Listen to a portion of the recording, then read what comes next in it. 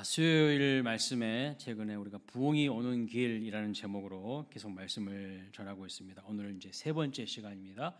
부흥이 오는 길 세 번째 신학 시간으로 계속 사무엘상 말씀 살펴보겠습니다. 자, 한번 정리해 볼까요? 부흥이 오는 길 첫 번째 원리, 두 번째 원리 기억나십니까? 어떻게 하면 부흥이 오는가? 어떻게 하면 우리 개개인의 심령에 영적인 부흥이 찾아오고 우리 공동체에 부흥이 올 수 있는가? 영적 부흥을 경험하기 위해서는 어떻게 해야 되는가? 첫 번째는 우리 안에 있는 모든 뭘 제거하라 했어요? 우상을 제거하라.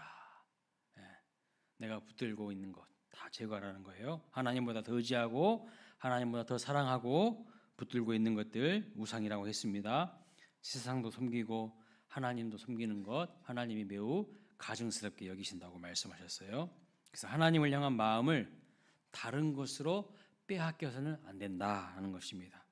그래서 오늘 본문 7장 3절 말씀 보면 이방 신들과 아스타롯을 제거하라 이렇게 말씀하셨어요. 자, 두 번째로 영적 부흥을 경험하기 위해서는 어떻게 해야 되는가? 그렇죠. 미스바에 모이는 것입니다. 잘 기억하고 계셔서 감사합니다. 사무엘 선지자는요 모든 이스라엘 백성들에게 미스바에 모여서 금식하고 또 기도하도록 했습니다.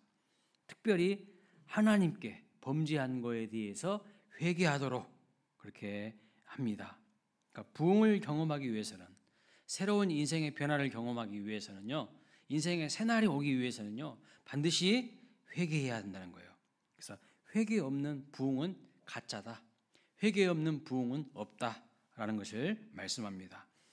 그렇다면 여러분 미스바로 모이라고 했는데 그 미스바는 어떤 곳이라고 말씀을 드렸습니까? 왜 하필 많은 장소가 있는데 미스바로 모이라고 하였죠? 미스바는 어떤 곳입니까? 네, 높은 곳에 있는 망대라는 뜻입니다. 그래서 모든 지역과 상황을 조망해 볼 수 있는 자리라는 거예요. 모든 지역과 상황과 형편을 조망해 볼 수 있는 자리. 오늘 우리가 사모하는 마음으로 모여야 되는 미스바는 어디라고 말씀을 드렸죠? 그렇죠. 하나님의 말씀으로 하나님의 관점으로 내 인생을 조망해 볼 수 있는 예배의 자리, 말씀을 묵상하는 그 자리입니다. 이렇게 하나님을 만나는 그 자리에서 비로소 삶이 변화되고요 영적 부흥을 경험하게 된다는 것이죠. 그래서 어떠한 상황일지라도 예배가 우선순위에서 밀리면 안 된다는 겁니다. 우리가 살아가고 생명력을 얻는 비결은 엉뚱한 데 가서 있는 것이 아니라 하나님을 만나는 자리, 예배하고 말씀을 묵상하는 그 자리에서 얻게 된다는 것을 확신하시길 바랍니다.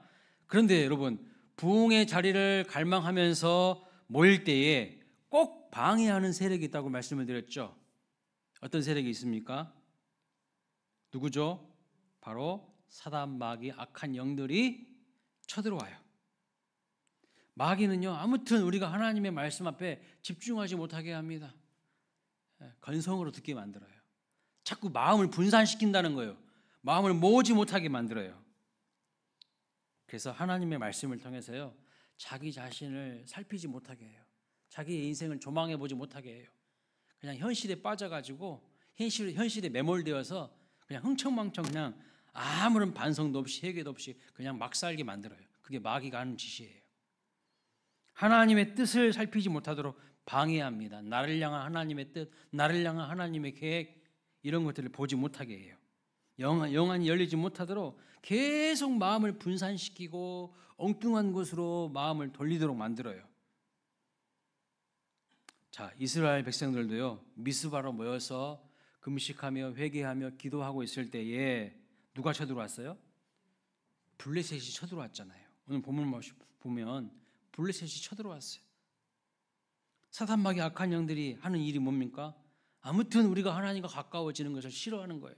하나님 말씀 앞에 집중하지 못하게 해요. 방해합니다. 그러니 사탄의 세력들이 여러분의 마음을 흔들어대고 어렵게 할 때는 어떻게 하라고 말씀을 드렸습니까? 어떻게 해야 된다는 거죠? 대적하는 기도를 하라고 말씀을 드렸죠. 기도가 안 나오면 기도하시는 분들에게 적어도 기도 부탁을 중보 기도를 부탁을 하라고 말씀을 드렸죠. 대적하라는 기도를 해야 돼요. 마귀를 피하지 말라고 했어요. 대적하라고 했어요. 성령의 전신갑주를 입고 영적 전투에서 승리하셔야 됩니다. 그런데 우리가 입고 있는 것이요, 영적인 무기가 하나도 없어. 말씀도 없고 기도도 없고 아무것도 없어. 무기가 하나도 없는데 어떻게 이깁니까? 저 터지죠. 그래서 여러분 평상시에 말씀과 기도로 잘 단련이 되고 무장이 되고 훈련이 된 사람이 되어야 사단 마귀와의 싸움에서 승리할 수가 있다는 것입니다. 자, 두 가지 것을 먼저 말씀을 드렸습니다. 복습을 해보았어요. 부흥이 오기 위해서는 첫 번째, 우상을 제거해야 된다. 그래서 나에게 있는 우상은 무엇인가? 이것을 잘 파악하시고요. 철저하게 버려야 돼요. 두 마음을 품은 데는 은혜가 없어요. 부흥이 오지 않습니다. 두 번째는 미스바의 자리, 그 자리를 사모하셔야 돼요. 모이라고 하면 모이는 거예요. 예배의 자리가 말씀 묵상하는 그 순간을요, 여러분 소홀히 하셔는 안 돼요. 그럴 때 정말 부흥이 오게 됩니다. 자, 오늘 세 번째로 어떻게 하면 부흥을 경험할 수 있는가? 여기서부터가 이제 오늘 전하려고 하는 말씀입니다. 자, 성경을 보면 하나님께서 하나님의 백성들을요 이렇게 소집하시는 경우가 있어요. 다 모여라 이렇게 말씀하십니다. 자, 제일 중요했던 소집이 언제인가? 출애굽기 19장에 보시면 시내산에서 모세를 통해서 이스라엘 백성들을 다 소집하십니다. 모으라고 하십니다. 부르셔요. 그리고 거기서 뭐 하시냐면 모세에게 하나님의 백성다운 삶을 살 수 있도록 율법을 주시는 거예요. 율법을. 그 모세에게 수요한 율법을 누구에게 가르치도록 하죠? 이스라엘 공동체, 이스라엘 백성들에게 전체적으로 가르치도록 합니다. 그리고 하나님과 그 하나님 백성 사이에 언약을 체결하게 만드셔요. 하나님께서 약속을 하시는 겁니다. 내가 너희들은 반드시 지킬 것이고 함께 할 것이다. 그 약속을 하나님이 하시는 거예요. 내가 너희들을 반드시 인도할 것이고 가나안 땅에 들어가게 만들 것이라고 하나님께서 약속합니다. 그래서 출애굽기 19장 4절부터 6절 말씀 한번 볼까요? 자, 읽어보겠습니다. 시작.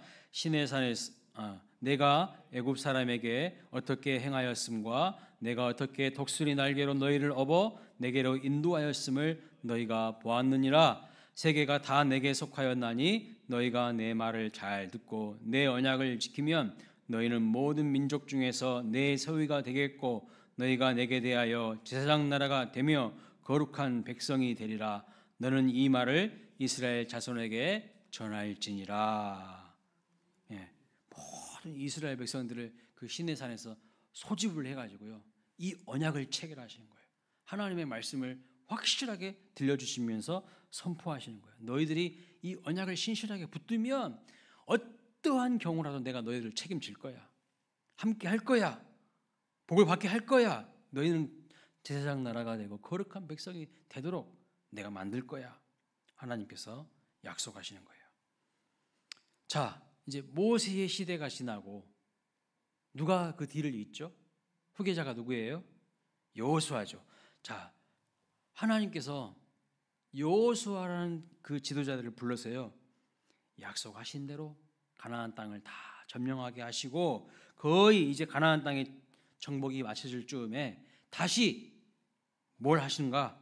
세겜이라는 지역에서요 이스라엘 백성들을 전체 또 소집시키십니다. 시내산에서 출애굽하여서 시내산에서 이스라엘 백성들을 소집시키셨던 하나님께서 가나안 땅에 들어가서 가나안 땅 거의 대부분을 이제 점령한 다음에 다시 이스라엘 백성 전체를 소집을 시키시는 거예요. 그 내용이요 여호수아 23장과 24장에 나옵니다. 여호수아 거의 마지막 부분에 이제 나오는 거죠. 이때가 언제냐면요 여호수아가 죽기 얼마 이제 직전입니다. 그래서 가장 유언과도 같은 설교를 이스라엘 공동체에 하는 것을 볼 수가 있어요.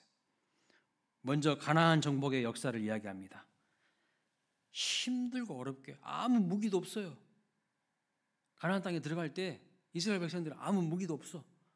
지금 가나안 땅에서는 이미 철기 문명이 시작되고 있는데 그들은 뭐 무기 하나도 변변치 않아. 군수 물자가 있습니까? 아니요. 군수 물자도 없어. 그런데 하나님께서 하나님의 놀라운 신비한 방법으로 다 이기게 만드셨어요. 가나안 땅을 거의 다 점령하게 만드셨어요. 그래서 먼저 여호수아가 가나안 정복의 역사를 쭉 이야기합니다. 이 모든 것이 하나님의 은혜였다는 것을, 하나님의 놀라운 능력의 역사였다는 것을 여호수아가 고백합니다. 하나님이 다 하신 것이라고 말씀합니다. 그러면서 후대들에게 이렇게 이야기하는 거예요. 내가 너희 앞에 복과 저주를 두겠다. 그리고 오늘 너희는 택하라, 이렇게 말해요. 나와 내 집은 오직 여호와를 섬기겠다고 합니다. 여러분, 그럼 오늘 택하라는 말은 무슨 뜻일까요? 하나님 붙들고 정신 똑바로 차리고 살라는 이야기 아니겠습니까? 오늘 택하라는 말이 아니에요. 사실은 너희들 정신 똑바로 차리고 살아야 된다는 이야기죠. 하나님만 붙들고 살라는 이야기예요. 가나안 땅 어떻게 정복했어요? 뭐 훈련을 받은 적이 있습니까? 뭐 무기가 좋습니까? 군수 물자가 뭐 있었습니까? 아무것도 없었어. 그냥 하나님께서 그들을 인도하셨고요, 그들의 적들을 멸하셨고요, 하나님 앞에 순종했더니 하나님께서 그 땅을 그들의 소유가 되게 만드셨어요. 그러니 너희들 잔머리 구르지 말고 세상에 빠져 살지 말고 여호와 하나님만을 붙들라고 여호수아가 죽음 직전에 유언과도 같은 설교를 하는 것입니다. 하나님 붙들고 살면 하나님이 책임져 주신다는 거예요. 자, 다시 이스라엘 백성과 하나님이요, 시내산에서 모세와 하나님 백성들과 약속하신 지금 무엇을 갱신하고 있는 거예요? 여호수아를 통하여서 시내산에서 모세를 통해서 하나님과 하나님 백성 사이에 뭘 체결하셨어요? 언약을 체결하셨어요. 하나님께서 말씀해 주셨어요. 너희들이 내 말에 순종하고 신실하게 반응하면 내가 책임진다. 분명히 하나님께서 언약을 체결하시면서 말씀하셨죠. 그리고 여호수아를 통하여서 여호수아가 죽음 직전에 다시 뭘 갱신하는 거예요? 시내산에서 약속하셨던 그 하나님의 약속, 그 언약을 다시 또 언급하면서 갱신하는 것을 볼 수가 있습니다. 그 언약을 갱신한다는 것이 무슨 뜻일까요? 내가 체결한 언약은 사람이 바뀌어도, 역사가 지나가도 변함없이 흔들림 없이 지켜질 것이라는 것입니다. 이루어질 것을 다시 재확신시켜주는 것입니다. 그러니까 너희들은 좌로나 우로나 치우치지 말고 오직 하나님의 말씀, 그 말씀을 붙들라는 거예요. 하나님의 말씀, 백성들에게 누구 말 들으라고 말하는 겁니까? 누구 말 들으라는 거예요 지금? 하나님의 말씀, 하나님의 약속 붙들면 형통하게 되는 복을 얻게 될 것이라는 것을 강력하게 말씀하는 겁니다. 여러분, 누구의 말을 듣느냐, 이거 정말 중요한 겁니다. 여러분은 누구 말을 듣고 사십니까? 정말 누구 말을 듣느냐가 정말 중요해요. 이것은요, 내 소속이 어디인가를 드러내는 거예요. 대한민국에 소속된 대한민국 국민은요, 대한민국 헌법과 법률을 지켜야 대한민국의 보호를 받습니다. 그렇죠? 마찬가지로 하나님 나라에 속한 사람은요, 하나님 말씀에 순종해야 하나님께서 책임져 주시고 보호하시는 것이죠. 그래서 하나님께서 이스라엘 백성들과 언약을 다시 갱신하도록 하시는 겁니다. 그런데 안타깝게도 세월이 흘러가면서 사사시대로 접어들면서 영적인 암흑기가 오는 거예요. 그리고 한 몇백 년을요, 하나님의 말씀이 끊어진 채로 세월이 흘러갑니다. 그러니까 사람들이 정말 엉망진창이 돼버리는 거예요. 하나님 말씀이 없으니까요. 사사시대의 특징이 뭡니까? 사람들이 자기 소견에 옳은 대로 선택하고 결정하고 행동했다는 거예요. 그 말의 뜻은 뭐냐면요, 하나님의 말씀을 완전히 무시하고 멸시하면서 살았다는 거예요. 자기가 자기 인생 주인 돼가지고요, 자기가 왕노릇하면서 살았다는 거예요. 개판 5분 전이었다는 거예요. 그래서 사무엘상 3장 1절에 보면 그 당시의 특징을 이렇게, 그 시대의 특징을 말합니다. 여호와의 말씀이 희귀하여, 여호와의 말씀이 희귀하여 이상이 흔히 보이지 않았더라. 하나님의 말씀이 없어요. 하나님 말씀 붙들고 살지 않아 사람들이. 그런데 사무엘이 역사의 전면에 등장하던 그 시대는 하나님의 말씀이 희귀하여 말씀이 선포되지도 않고 말씀이 끊어졌던 때라는 뜻이죠. 그러니까 여러분, 사람들이 자기들 마음대로 죄악 가운데 뒹굴면서 살았다는 뜻입니다.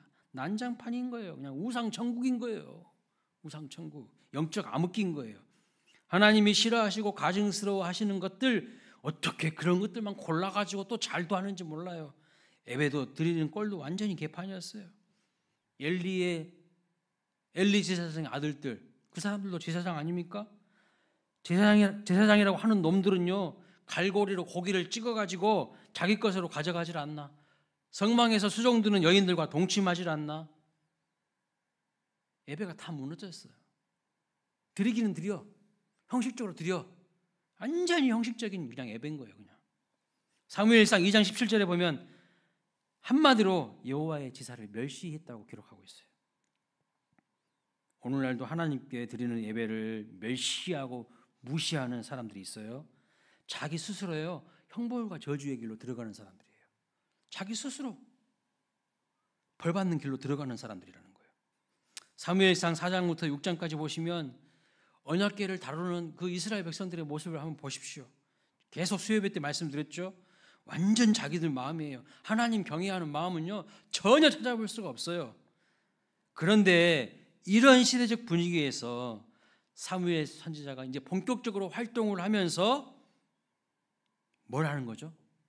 본격적으로 활동하면서 이스라엘 백성들 어디로 집합시키는 거예요? 미스바 광장으로 다 모이라고 하는 거예요. 다. 그 이유가 뭘까요? 다시 무엇을 갱신하려고 하는 것입니까? 하나님의 말씀을 붙들게 만드는 거예요. 다시 하나님과의 그 언약을 갱신하려고 하는 겁니다. 시대는 달라지고 사람은 바뀌었어도 어제나 오늘이나 영원토록 변함없는 하나님의 말씀을 붙들어야 된다. 그 이야기를 하려고 지금 다시 미스바 광장으로 이 어둠의 시대에 하나님의 말씀 사람들을 소집시키는 거예요.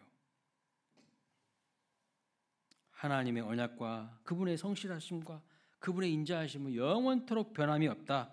동일하다는 것입니다. 그러니 하나님의 말씀을 붙들어야 제대로 살아갈 수 있다는 것을 강조하기 위해서 미스바 광장으로 불러들이는 거예요. 시내산에서 하나님의 백성들을 다 모았어요. 뭐 하려고 모은 거예요? 쉽게 표현하면 하나님 말씀 들려주려고 모은 거예요. 여호수아가요, 세겜에서 가나안 땅 거의 다 점령하고 나서 다 이스라엘 백성들 모았어요. 뭐 하려고 모은 거예요? 하나님 말씀 들려주려고 모은 거예요. 그리고 시대가 흘러가지고 하나님의 말씀이 희귀해지고 영적인 암흑기가 왔어요. 여호와의 제사도 멸시하고 사람들이 개판 5분 전으로 살아요. 그때에 다시 이스라엘의 영적인 대부흥을 가져오기 위해서 사무엘이 뭐 하는 거예요? 미스바 광장으로 모이게 하는 거예요. 뭐 하려고요? 쉽게 말하면 하나님의 말씀을 들려주려고요. 왜요? 하나님의 말씀을 들어야 사니까. 하나님의 말씀이 능력이고 힘이 되니까. 영혼의 양식이니까. 길을 찾을 수가 있으니까요. 그 말씀을 통해서. 주의 말씀이 내 발의 등이요 내 길의 빛이라고 하지 않았습니까? 자, 미스바 광장에서 뭐 하는지 한번 보십시오. 6절 말씀 보겠습니다. 시작. 그들이 미스바에 모여 물을 길어 여호와 앞에 붓고 그날 종일 금식하고 거기에서 이르되 우리가 여호와께 범죄하였나이다 하니라. 사무엘이 미스바에서 이스라엘 자손을 다스리니라 그랬어요. 6절 하반절에 보면 사무엘이 미스바에서 뭐 했다고 말씀하고 있습니까? 뭐 했어요? 이스라엘 자손을 다스렸다고 말씀하고 있어요. 하나님의 백성들이 모여서 죄에 대해서 회개하고 금식하며 나아갔더니 사무엘이 그 백성을 다스렸다 이렇게 말씀하고 있습니다. 그런데 여러분, 오늘 우리가 읽지 않았지만 15절 말씀 한번 봐보세요. 성경 15절에 보면 사무엘이 사는 날 동안 이스라엘을 뭐 했다고 말씀하고 있습니까? 다스렸으되 이렇게 말씀하고 있고요. 또 16절에도 보시면 그 모든 곳에서 이스라엘을 뭐 했다고요? 다스렸다고 말씀하고 있습니다. 여기 다스렸다는 말의 의미가 뭔지 아세요? 다스렸다. 여러분은 누구의 다스림을 받고 있습니까? 여러분은 무엇의 다스림을 받고 계십니까? 여기 다스렸다는 말의 의미가요, 목양이라는 의미예요. 목양. 목양이 무엇인 줄 아십니까? 다스리는 거예요. 목양의 가장 핵심이 무엇이냐면 말씀을 먹이는 거고요, 말씀을 가르치는 거예요. 그게 목양이에요. 하나님의 말씀이 우리의 삶의 전반을 다스리도록 말씀을 가르치는 것이 목양입니다. 이것이 목양의 가장 최우선이고 핵심이라는 거예요. 그러니까 사무엘 이전 시대에는 이스라엘이 어떤 상태였어요? 목양을 받지 못한 시대였어요. 말씀을 제대로 먹지 못했어요. 그래서 개판 5분전으로 살았어요. 하나님 제사를 멸시하면서 살았어요. 제사장이라고 하는 사람들도 갈고리로 고기 찍어가지고 막 자기 것 삼고 성전에서 막 수종 드는 여인들과 동침을 하지 않나. 엉망진창이었다는 겁니다. 그런데 드디어 사무엘을 통하여서 제대로 된 말씀을 먹기 시작했고 그 말씀의 가르침을 받는 하나님의 다스림을 받기 시작했다는 뜻입니다. 자, 사무엘의 이 다스렸다는 말의 의미는 드디어 사사시대의 영적 암흑기에서 이제 벗어나서 백성들에게 끌어졌던 하나님의 말씀을 먹이고 가르치기 시작했다는 거예요. 이것이 바로 부흥이 오게 되는 원동력이 되는 겁니다. 언약의 갱신을 통하여서 다시 하나님의 보호하심과 책임져 주시는 그 은혜 속으로 들어가게 되었다는 뜻을 가지고 있는 거예요. 그런데요, 안타까운 것은 요즘 우리 시대에 말씀 중심의 신앙생활을 하지 않는 분들이 아주 많더라고요. 하나님의 말씀을 아주 우습게 여겨요. 말씀 중심의 신앙생활을 하지 않는다는 건 무슨 뜻인지 아십니까? 다시 사사시대처럼 자기 소견에 옳은 대로 판단하고 결정하고 행동하겠다는 뜻이에요. 말씀 던져버리고 나는 내 마음대로 살겠습니다. 내가 알아서 판단하고 살겠습니다. 그건 뭐예요? 내 스스로 영적인 암흑기 속에서 방황하면서 살겠다는 뜻이에요. 자기 스스로 하나님 되어 있는 사람들이 많다는 것입니다. 그것은요, 신앙생활도 아니에요. 그건 신앙생활이 아니에요. 우리 한국교회 성도님들 보면은요, 상당히 샤머니즘적인 주술에 가까운 종교생활을 신앙생활이라고 하는 분들이 꽤 있더라고요. 꽤 있어요. 믿음의 대상은 무엇입니까? 믿음의 대상은 누굽니까? 삼위 하나님과 그분의 말씀이 되어야 되는데 자꾸 신앙의 색깔이 이상하신 분들이 있어요. 꿈, 환상, 이상한 신비적인 것들에 매여 있는 분들이 많다는 거예요. 제가 우리 교회에서는 그런 전화를 안 받았지만요, 오랫동안 부목사로 사역하면서 그런 분들 많이 봤어요. 목사님, 제가 이상하게 꿈자리가 이상해가지고 꿈이 이상한 것들이 보인다고. 여러분, 꿈은 계시가 아니라니까요. 꿈은 내 마음의 거울이에요. 내 마음이 누군가와 싸우거나 내 마음속에 뭔가 불편한 일이 있으면요, 그것이 무의식 속에서 내재되어 있다가 꿈으로 나타나는 거예요. 더 이상 하나님은요, 성경 완성된 계시인 성경 이후에는요, 그렇게 꿈으로 환상으로 잘 하나님께서 계시하시지 않아요. 100%는 아니겠지만 거의 하나님은 이 말씀을 통해서 우리에게 말씀하시죠. 만약에 꿈이 그렇게 계시인 것처럼 믿게 된다면요, 이 설교 시간에 그럼 꿈 가지고 이야기하죠. 꿈 강론해야 될 거 아닙니까? 근데 자꾸 꿈, 환상, 이상한 것들에 막 신비적인 것들에 매여 있는 분들이 너무 많다는 거예요. 심지어 이념과 이데올로기를요, 복음보다 하나님 말씀보다 더 신봉하고 받들어 섬기는 분들도 많아요. 자기는 그리스도인이래, 크리스찬이래. 근데 하나님의 말씀 물어보면 하나도 몰라요. 큐티도 않고 말씀 묵상도 안 해요. 일주일 내내 신앙생활 한다면서도요, 이거 성경 한 자리도 안 봐요. 그러면서도요, 이념과 이데올로기를 더 신봉해. 더 복음보다 위에 두고 있어요. 이것을 참다운 신앙이라고 할 수가 없는 겁니다. 영적 암흑기에 사사시대의 특징이 뭡니까? 하나님의 말씀을 던져버리고 자꾸 엉뚱한 것들에 매여 있는 거예요. 주술에, 이데올로기에, 엉뚱한 것들에 무상에, 바알과 아스다롯에 빠져 있었어. 오늘 이 시대도 그렇지 않냐는 거예요. 하나님의 말씀이 샤머니즘보다 못하고 이념과 이데올로기보다 못합니까? 하나님의 생명의 말씀, 진리의 말씀이요, 우리 속에, 우리 마음으로, 내면으로 들어오면 우리의 삶을 능히 변화시키고 또 남는 능력이 될 줄로 믿습니다. 그래서 믿으십니까? 자, 우리는 다 믿죠? 로마서 1장 16절 말씀 이렇게 말씀합니다. 같이 읽어보겠습니다. 내가 복음을 부끄러워하지 아니하노니 이 복음은 모든 믿는 자에게 구원을 주시는 하나님의 능력이 됨이라. 믿으십니까? 하나님의 능력이 되심을 믿습니까? 진리이신 하나님의 말씀을 붙들지 못하니까요, 사람들이 주술에, 사모니즘에, 이념에, 자기 편견과 고정관념에, 비진리에 매여서 살아갑니다. 이사할 때에 선 오는 날에 가야 합니까? 아무 날 가도 돼요, 여러분. 그런 것에 매이지 마세요. 자식들 결혼시킬 때 궁합 보고 사주팔자 봐야 됩니까? 연초만 되면은 막 점집에 그렇게 사람들이 많대요. 올해 내가 어떻게 될 것인지 사주팔자 좀 봐달라고. 심지어 권사님들도 가가지고 우리 아들, 우리 딸 누구 데리고 왔는데 좀 사주 좀 봐달라고. 제정신이 아닌 거예요. 어느 교회는요, 제가 직접 들었어요. 그분한테. 어느 교회는요, 호남 사람들을 다 빨갱이라고 가르쳐요. 교회에서. 정말 그렇습니까? 그런 교회는 사실 교회도 아니에요. 교회가 정치 집단화된 거예요. 왜 교회가 영원함의 지역주의를 극복하지 못합니까?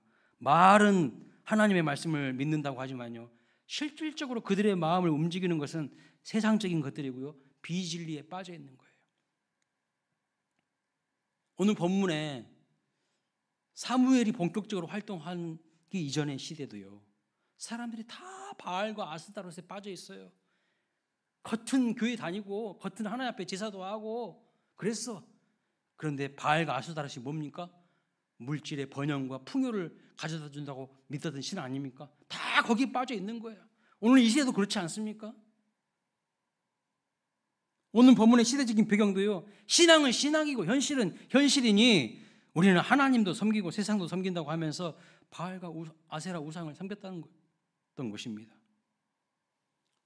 하나님께서 진정 우리 인생에 부흥을 주시기를 원한다면요, 우상부터 버리라고 했어요. 그런 마음 상태는 안 된다는 거예요.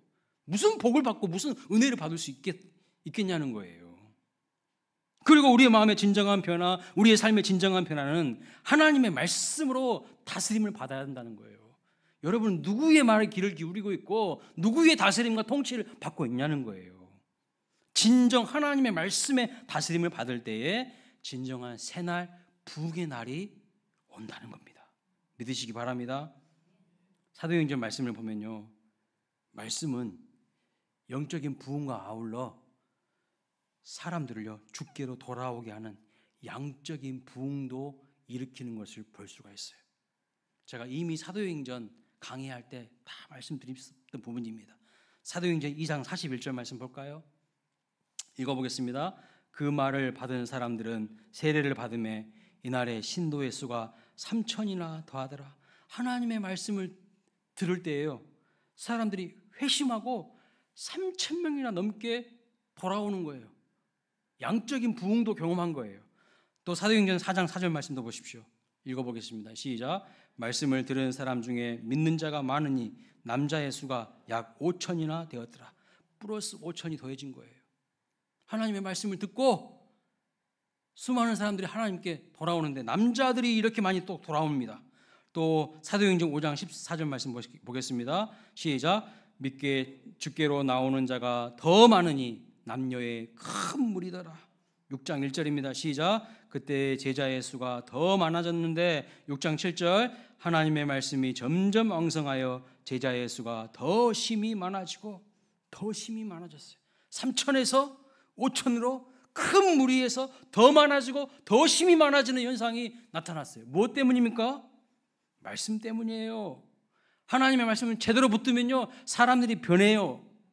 공동체가 새롭게 도약한다는 거예요. 부흥을 주신다는 거예요. 그래서 목사도 장로도 권사도 순장도 교사도 모두 성도가 말씀에 붙잡히시기를 바랍니다. 우리 모두가 말씀에 붙잡히길 바랍니다. 그러면 내 영혼이 새로워지고요, 우리 교회가 영적으로 양적으로 부흥하게 된다는 것입니다. 정말 여러분 인생 가운데 영적 부흥을 경험하기를 원하신다면 제발 부탁드립니다. 간곡히 부탁드립니다.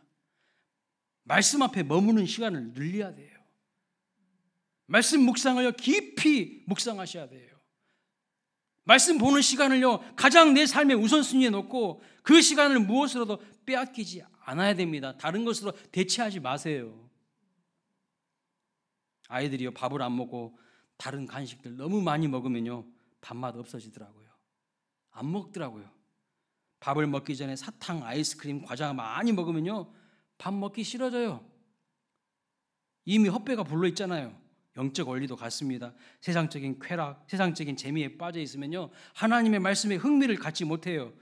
그래서 그런 사람들을 하나님께서 변화시키기 위해서 어떻게 하신 줄 아세요? 세상에 푹 빠져 있는 사람들, 진짜 하나님 사랑하는 영혼들은요, 세상에 그 푹 빠져 있는 영혼들을 건져내기 위해서 하나님 어떻게 하시냐면요, 고난을 주실 때가 있어요. 고난은요, 세상적인 쾌락과 재미로 절대 극복할 수 없기 때문입니다. 고난을 이기려면 하나님의 능력인 말씀이 들어가야 돼요. 제 이야기가 아니라 성경에 그렇게 말씀하고 있어요. 시편 119편 67절 말씀 볼까요? 같이 읽어보겠습니다. 시작. 고난 당하기 전에는 내가 그릇 행하였더니 이제는 주의 말씀을 지키나이다. 뭘 지킨다고요?